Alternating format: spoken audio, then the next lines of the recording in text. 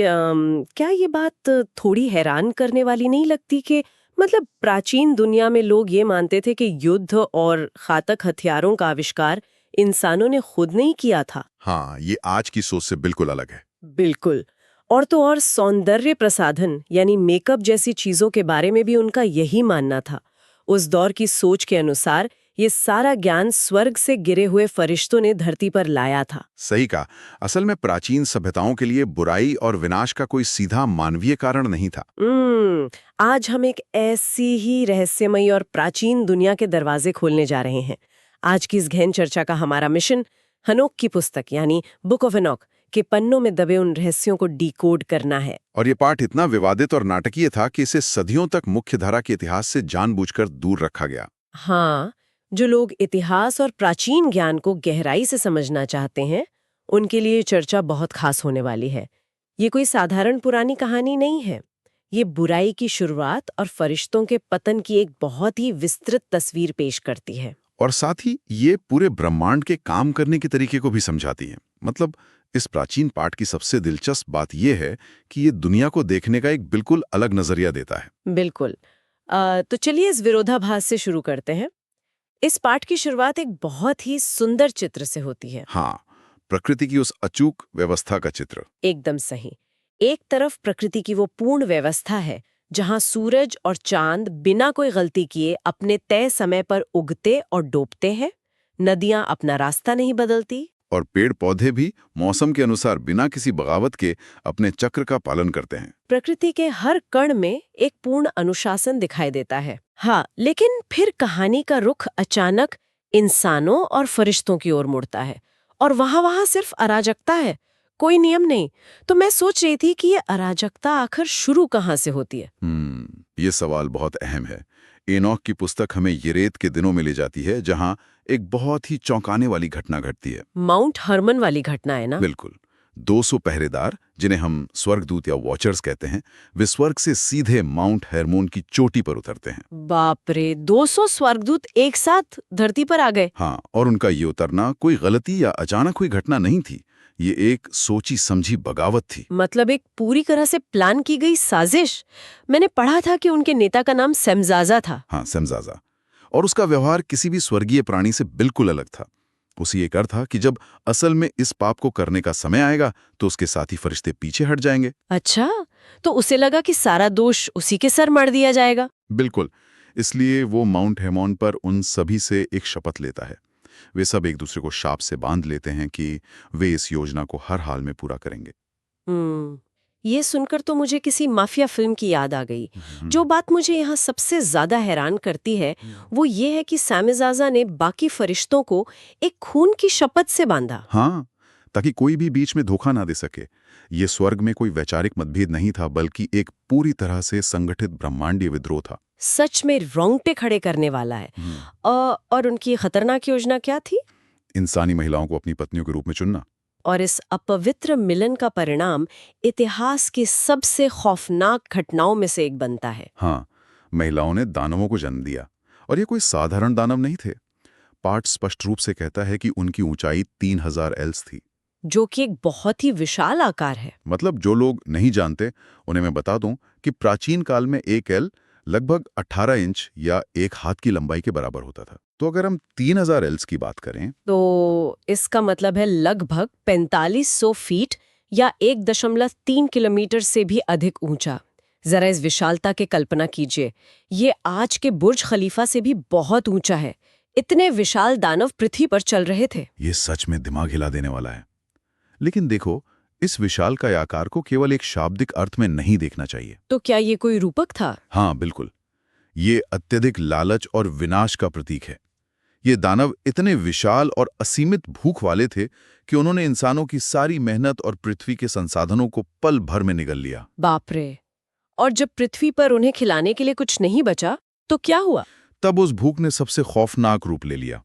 वे दानव पक्षियों, मछलियों, जानवरों और अंततः खुद इंसानों का ही भक्षण करने लगे। ये तो प्राकृतिक व्यवस्था की पूरी तरह से ढह जाने का दृश्य है, जहां जो चीज जीवन की रक्षा के लिए थी वही जीवन को निगल रही है। चिद्ध ज्ञान का हस्तांतरण। अरे हाँ, ये हिस्सा तो मेरा पसंदीदा है। अजाजिल नाम का फरिश्ता, वो इंसानों को धातुओं को पिघलाना, तलवारें ढालें और युद्ध के कवच बनाना सिखाता है। और सिर्फ हथियार ही नहीं, इसके साथ ही वो सौंदर्य प्रसाधन जैसे सुरमा लगाना, पलकों को सुंदर बनाना और कीमती पत्थरों का इस्तेमाल भी सिखाता है। ओह, और उधर ज़ेमज़ाज़ा जादू टोना और जड़ों को काटना सिखाता है, जबकि बाकी फरिश्ते तारों और बादलों के ज्योतिष का ज्ञान बांटते हैं। बिल्कुल, उन्होंने स्वर्ग के वे रहस्य खोल दिए जो इंसानों के लिए नहीं थे। अब मैं इसे इस तरह देखती हूँ, अज़ाज़िल वारा इंसानों को रातों रात घातक हथियार और सौंदर्य प्रसाधन का ज्ञान देना बिल्कुल ऐसा है जैसे किसी छोटे बच्चे के हाथ में एक लोडेड बंदूक और अहंकार से भरा एक दर्पण सौंप देना। ये एनालॉजी बहुत सटीक है ना? मतलब ये तो आत्मविनाश की पूरी गारंटी है। तो मैं आपसे ये पूछना चाहती हूँ कि क्या यहाँ ज्ञान अपने आप में एक पाप था? देखो, ज्ञान अपने आप में पाप नहीं है, लेकिन यहाँ जो हो रहा है वो उस ज्ञान को संभालने की इंसानी अक्षमता का मामला है। मतलब हमारी नीयत और हमारी अपरिपक्वता। बिल्कुल। प्राचीन विचारकों के नजरिए से देखें तो उनके लिए पृथ्वी पर मौजूद इतनी बड़ी बुराई और सामूहिक हिंसा केवल किसी इंसानी कमजोरी का नतीजा नहीं हो सकते थे। हाँ, वे शायद ये नहीं मान सकते थे कि इंसान खुद से इतने विनाशकारी हथियार बना सकता था। सही कहा। उनका मानना था कि इसके पीछे कोई पारलौकिक या सुपरनैचुरल ताकत होनी ही चाहिए। अज़ाज़ेल ने जो ज्ञान दिया, उसने समाज में भौतिकवाद और हथियारों की अंधी होड़ पैदा कर दी और शारीरिक आकर्षण के इर्द गिर्द केंद्रित एक उथला समाज भी बना दिया। हाँ, ये दिखाता है कि जब तकनीकी या गुप्त ज्ञान बिना किसी नैतिक आधार के दिया जाता है तो वो केवल विनाश लाता है। और वो विनाश पृथ्वी पर साफ दिखाई देने लगा था। धरती पूरी तरह से खून से भर जाती है और वो खून स्वर्ग के दरवाजों तक चीख पुकार मचाता है। ये कोई साधारण प्रार्थना नहीं थी, ये अन्याय के खिलाफ एक सामूहिक चीख थी। और फिर स्वर्ग के 4 प्रमुख महादूत माइकल, ऊरियल, राफेल और गैब्रियल वे पृथ्वी पर हो रहे इस भयंकर अत्याचार को देखते हैं। हाँ, और वे एक अभियोजक या प्रोसिक्यूटर की तरह परमेश्वर के सामने खड़े होते हैं। वे कहते हैं कि मरे हुए लोगों की आत्माएं न्याय मांग रही हैं और अब ईश्वरीय हस्तक्षेप जरूरी है। और तब ईश्वरीय न्याय की प्रक्रिया शुरू होती है। बहुत ही व्यवस्थित तरीके से परमेश्वर सीधे तौर पर आदेश देते हैं कि अज़ाज़ेल के हाथ पैर बांधकर उसे रेगिस्तान के गहरे गड्ढे में डाल दिया जाए, जहां नुकीले पत्थर और घना अंधेरा है, ताकि अंतिम न्याय के दिन उसे हमेशा के लिए आग में फेंका जा सके। बिल्कुल। और माइकल को क्या जिम्मेदारी मिलती है? उसे कहा जाता है कि वो सैमज़ाज़ा और उसके साथियों को ये देखने के लिए मजबूर करे कि कैसे उनके दानव बच्चे एक दूसरे से लड़कर नष्ट हो रहे हैं। ओह, ये तो बहुत ही भयानक सजा है। अपने ही बच्चों को एक दूसरे को मारते हुए देखना। हाँ, और फिर उन फरिश्तों को भी सदियों तक के लिए पृथ्वी की गहराइयों में बांध दिया जाता है। ये कोई तात्कालिक गुस्सा नहीं था, बल्कि एक बहुत ही सुविचारित ब्रह्मांडीय न्याय था। लेकिन यहाँ एक बहुत ही दिलचस्प विडंबना सामने आती है। जब इन विद्रोही फरिश्तों को अपने इस भयानक अंजाम का पता चलता है तो वे इतने खौफ में आ जाते हैं कि वे स्वर्ग की ओर आंख उठाकर देखने की हिम्मत भी नहीं जुटा पाते। और ये बात उन्हें पूरी तरह से तोड़ देती है। और फिर वे मदद के लिए किसके पास जाते हैं? हनोख के पास, जो केवल एक इंसान है। ये हिस्सा सच में पूरी कहानी को पलट देता है ना? हाँ। वे हनोक से विनती करते हैं कि वो उनकी तरफ से माफी का एक प्रार्थना पत्र लिखें और उसे परमेश्वर के सामने पढ़ें। जरा सोचिए, जो अमर प्राणी अंतरिक्ष और समय के पार से आए थे, जो इंसानों को देवता बनकर जान बांट रहे थे, वे इतने लाचार हो गए। हाँ, वे एक साधारण नश्वर इंसान से कह रहे हैं कि कृपया हमारे लिए एक माफीनामा लिख दो। क्या ये कहानी अप्रत्यक्ष रूप से ये नहीं कह रही कि नैतिक रूप से एक साधारण इंसान उन शक्तिशाली फरिश्तों से कहीं अधिक श्रेष्ठ हो सकता है? मैं कहूंगा कि ये इस पूरे पाठ का सबसे गहरा दार्शनिक संदेश है। अच्छा, कैसे? जब वो फरिश्ते अपनी आत्मिक स्थिति को छोड़कर मांस और खून की लालसा में पड़ गए तो उन्होंने उसी क्षण अपनी दिव्यता खो दी। मतलब उन्होंने अपनी अमरता को कुछ पलों के भौतिक सुखों के लिए त्याग दिया। बिल्कुल, और इसलिए वे अब स्वर्ग के योग्य नहीं रहे। दूसरी ओर हनोक एक इंसान होकर भी अपनी धार्मिकता और सच्चाई के कारण स्वर्ग में एक विशेष अधिकार प्राप्त कर लेते हैं। ये एक बहुत शक्तिशाली बात है। ब्रह्मांड में सर्वोच्च स्थान ताकत या उत्पत्ति के आधार पर नहीं मिलता, बल्कि वह केवल धार्मिकता से तय होता है। एकदम सही कहा आपने। फिर हनोक उनकी याचिका लेकर दान के जल के पास बैठते हैं। उसे पढ़ते हुए वे नींद में चले जाते हैं और उन्हें एक शक्तिशाली विजन या दर्शन मिलता है। और उस दर्शन में जवाब साफ था। हाँ, उन्हें स्पष्ट रूप से बताया जाता है कि उनकी याचिका खारिज कर दी गई है। उन फरिश्तों को अब कभी कोई शांति नहीं मिलेगी। और इसके साथ ही ये दर्शन एक और बड़े रहस्य से पर्दा उठाता है। उन दानवों के बारे में जो मारे गए थे। हाँ, दर्शन बताता है कि क्योंकि वे दानव आत्मा और शरीर के अपवित्र मिलन से पैदा हुए थे, इसलिए मरने के बाद उनकी आत्माएं पृथ्वी पर ही भटकती रहेंगी। और इन्हीं भटकती आत्माओं को बुरी आत्माओं या डीमंस के रूप में जाना जाएगा। बिल्कुल, ये हिस्सा प्राचीन दुनिया में बुरी आत्माओं की अवधारणा को एक बहुत ही स्पष्ट तार्किक ढांचा देता है। मतलब ये वे आत्माएं हैं जिनका कोई स्वर्गीय मूल नहीं था और जिन्हें वापस स्वर्ग में स्वीकार नहीं किया जा सकता था। सही, इसलिए वे पृथ्वी की सीमाओं में बंद कर रह जाती हैं। वे हमेशा भूखी और प्यासी रहती हैं, लेकिन भौतिक शरीर ना होने के कारण कुछ खा पी नहीं सकती। और यही उनकी शाश्वत पीड़ा है, जिसे वे इंसानों को दुख देकर बाहर निकालती हैं। उस समय के लोगों के लिए बीमारियों और दुनिया में मौजूद अदृश्य बुराइयों को समझने का ये एक बहुत ही स्पष्ट तरीका था। हाँ, ये उनके विश्व दृष्टिकोण का एक अहम हिस्सा था। इस न्याय के बाद हनोक की ये यात्रा एक बिल्कुल नए आयाम में प्रवेश करती है। ऊरियल और राफेल जैसे महादूत हनोक को पूरे ब्रह्मांड के रहस्यों की एक लौकिक यात्रा पर ले जाते हैं।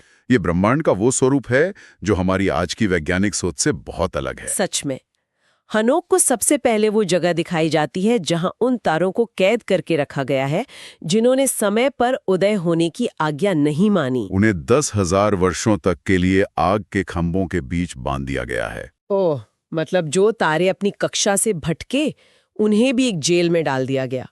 ये तो कल्पना से भी परे है। तारों को जेल में डालने का ये विचार हमें उस समय की सोच के मूल में ले जाता है।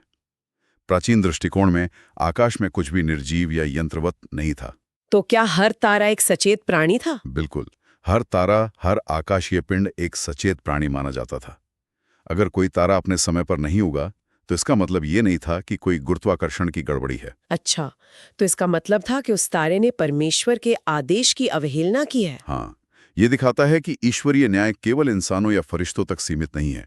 ये पूरे ब्रह्मांड के भौतिक और खगोलीय नियमों पर भी उतनी ही सख्ती से लागू होता है। मतलब ब्रह्मांड में कोई भी चीज इस नैतिक व्यवस्था से बाहर नहीं जा सकती। सही कहा, सब कुछ एक नियम से बंधा है। अगर तारों की जेल अद्भुत है, तो इसके बाद जो हेनोक देखते हैं वो और भी चकित करने वाला है। हेनोक को मौसम के खजाने दिखाए जाते हैं। मौसम के खजाने, ये बहुत ही काव्यात्मक वर्णन है। ये बिल्कुल ऐसा है जैसे हनोक को इस ब्रह्मांड के बैक स्टेज कंट्रोल रूम का वीआईपी पास मिल गया हो। उन्हें दिखाया जाता है कि कैसे धुंध, ओस, बारिश, गरज और बिजली का हर एक अंश स्वर्ग दूतों द्वारा मापा और नियंत्रित किया जाता है। हाँ, बारिश की हर बूंद का अपना एक वजन होता है। और बिजली की हर चमक और बादलों की गर्जना के बीच एक सटीक संतुलन है जिसे एक विशेष स्वर्गदूत बनाए रखता है। मतलब बारिश की हर बूंद का अपना एक अलग तकनीशियन है। आपके इस बैक स्टेज कंट्रोल रूम वाले रूपक पर गौर करें तो ये स्पष्ट करता है कि प्राचीन लोगों के लिए प्रकृति में कुछ भी रैंडम या यादृच्छिक नहीं था। हाँ, आज हमारे पास मौसम विज्ञान है, हम उच्च और निम्न दबाव के क्षेत्रों को समझते हैं। लेकिन उस समय जब भयंकर तूफान आता था या सूखा पड़ता था तो उसे समझने का एकमात्र तरीका ये मानना था कि इसके पीछे एक सचेत और नैतिक शक्ति काम कर रही है। प्रकृति का हर एक तत्व, ओस की आत्मा, पाले की आत्मा, हवाओं की आत्मा, ये सब एक बहुत ही सख्त कमांड चेन का हिस्सा थे। बिल्कुल, ये एक ऐसी दुनिया थी जहां मौसम भी नैतिक फैसलों का हिस्सा था।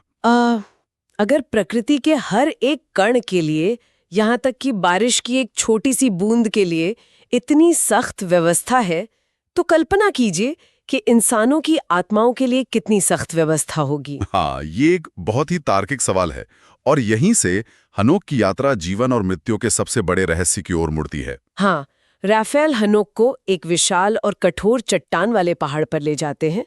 उस पहाड़ में 4 चिकनी, गहरी और बेहद अंधेरी खोखली जगहें हैं। और राफेल समझाते हैं कि ये जगहें अंतिम न्याय के दिन तक सभी मृत आत्माओं को रखने के लिए बनाई गई हैं। ये मृत्यु के बाद के जीवन का बहुत ही व्यवस्थित वर्णन है। हाँ, ये केवल स्वर्ग और नर्क का सरल विभाजन नहीं है जिसे हम अक्सर अन्य कहानियों में देखते हैं। मतलब ये एक तरह का पारलौकिक प्रतीक्षा कक्ष या होल्डिंग एरिया है। एकदम सही।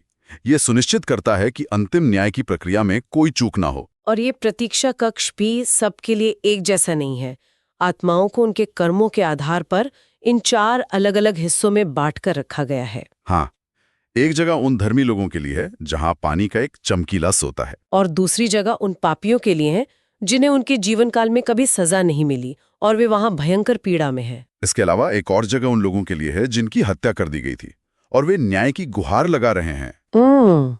तो मृतकों को इस तरह से अलग अलग खोखली जगहों में बांटने का ये विचार हमें उस समय की न्याय प्रणाली के बारे में क्या बताता है? ये विचार इस बात की गारंटी देता है कि ब्रह्मांडीय न्याय पूरी तरह से अंधा नहीं है।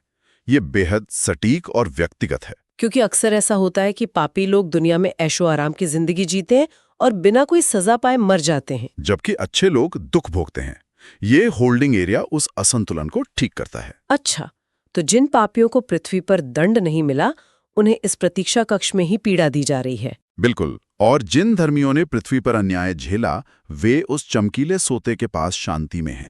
ये ब्रह्मांड को एक खाली जगह के बजाय एक अत्यंत विनियमित और नैतिक व्यवस्था के रूप में स्थापित करता है, जहां हर आत्मा का पूरा हिसाब किताब रखा जाता है। और जब हम हिसाब किताब की बात कर ही रहे हैं तो चर्चा हनोक के दृष्टांतों की ओर मुड़ती है।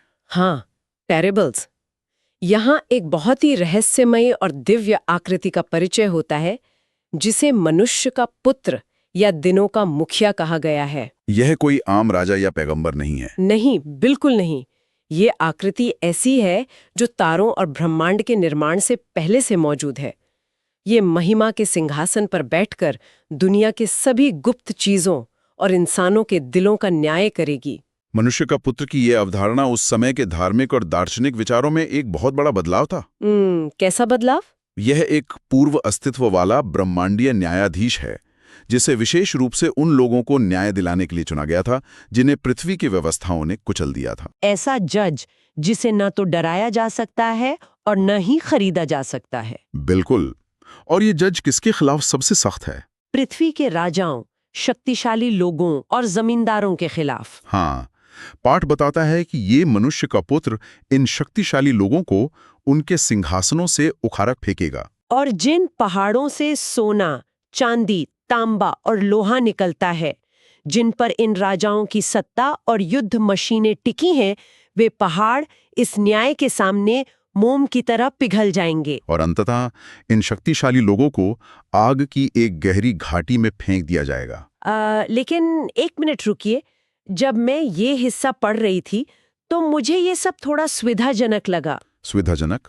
आपका क्या मतलब है? मतलब मेरा कहने का मतलब है कि जो शोषित और कमजोर इंसान असल जिंदगी में उन अत्याचारी राजाओं का कुछ नहीं बिगाड़ पाए, उन्होंने बस एक कहानी लिख दी। एक कहानी जहां एक सुपर हीरो आता है। हाँ, एक सुपर हीरो यानी मनुष्य का पुत्र आता है और उन सारे राजाओं को आग में फेंक देता है। क्या ये सिर्फ एक कमजोर वर्ग के बदले की फैंटेसी या रिवेंज फैंटेसी नहीं है? ये एक बहुत ही स्वाभाविक और तीखा सवाल है ना? मतलब जब आप असल जिंदगी में जीत नहीं सकते तो आप कहानियों में उन्हें जला देते हैं। क्या इसमें वाकई कोई दार्शनिक गहराई है? देखो, सतह से देखने पर यह बिल्कुल शोषितों की बदले की भावना लग सकती है, लेकिन अगर हम इसकी गहराई में जाएं तो एक बहुत ही शक्तिशाली नैतिक चेतावनी है। चेतावनी? किनके लिए? उन सत्ताधारियों के लिए। ये दृष्टांत स्पष्ट करता है कि ईश्वरीय न्याय के पैमाने पर भौतिक संपदा और सैन्य शक्ति पूरी तरह से अर्थहीन है। मतलब सोने के पहाड़ और लोहे के हथियार किसी काम के नहीं। बिल्कुल। ये बताता है कि पृथ्वी पर सत्ता अस्थायी है। राजाओं का ये भ्रम कि वे अपने हथियारों के बल पर अजेय हैं, इस मनुष्य के पुत्र के सामने टूट जाता है। अच्छा, तो धातुओं का मोम की तरह पिघलना इस बात का रूपक है कि भौतिक शक्ति आध्यात्मिक सच्चाई के सामने टिक नहीं सकती। सही कहा। ये केवल बदला नहीं है, ये ब्रह्मांडीय संतुलन की बहाली है। ये उन लोगों के लिए एक दार्शनिक ढांचा है जो ये मानना चाहते हैं कि परम सत्य और न्याय हमेशा ताकतवर की मर्जी से नहीं चलते। ओह, क्या अद्भुत संतुलन है। एक तरफ प्रकृति का सूक्ष्म और बारीक संतुलन जहां बारिश की एक बूंद का भी हिसाब रखा जाता है, और दूसरी तरफ न्याय का वो विशाल संतुलन जहां सबसे शक्तिशाली राजाओं को भी उनके कर्मों का फल भुगतना पड़ता है। तो इस पूरी यात्रा को अगर हम समेटें तो हमने आज इस गहन चर्चा में क्या डिकोड किया? यही कि ये पुस्तक केवल प्रलय या विनाश की कोई डरावनी फैंटेसी नहीं है। बिल्कुल, ये एक ऐसा महान ग्रंथ है जो इंसानियत के सबसे गहरे और पुराने सवालों से जूझता है। बुराई कहाँ से आई? ये केवल इंसानी लालच से नहीं, बल्कि उस विनाशकारी ज्ञान से आई जिसे संभालने के लिए हम तैयार नहीं थे। विशाल ब्रह्मांड का कोई रखवाला है? हाँ, एक ऐसी व्यवस्था जो प्रकृति के हर एक कण, हर तारे और हर आत्मा को नियंत्रित करती है। इस चर्चा से ये बिल्कुल साफ हो जाता है कि प्राचीन मानव मस्तिष्क दुनिया को केवल एक भौतिक या रासायनिक प्रयोगशाला के रूप में नहीं देखता था। उनके लिए दुनिया अर्थ, नैतिकता और एक बहुत ही सक्रिय ईश्वरीय उपस्थिति से भरी हुई थी।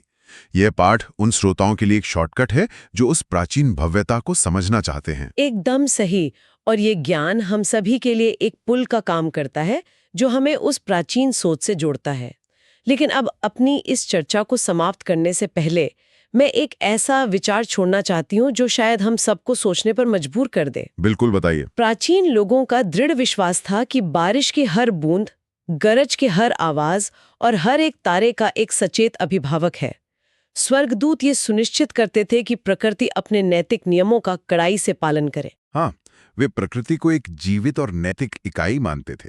लेकिन आज के आधुनिक समय में हम ब्रह्मांड को पूरी तरह से एक वैज्ञानिक नजरिए से देखते हैं, जहां सब कुछ भौतिक नियमों के तहत काम करता है और उसमें कोई चेतना नहीं है। ये एक बहुत बड़ा बदलाव है हमारी सोच में। तो सोचने वाली बात यह है कि क्या प्रकृति से इस नैतिक रखवाले के विचार को पूरी तरह से हटा देने से ही पृथ्वी और इसके पर्यावरण के प्रति हमारी जिम्मेदारी की भावना कम हो गई है? ये बहुत ही गहरा सवाल है।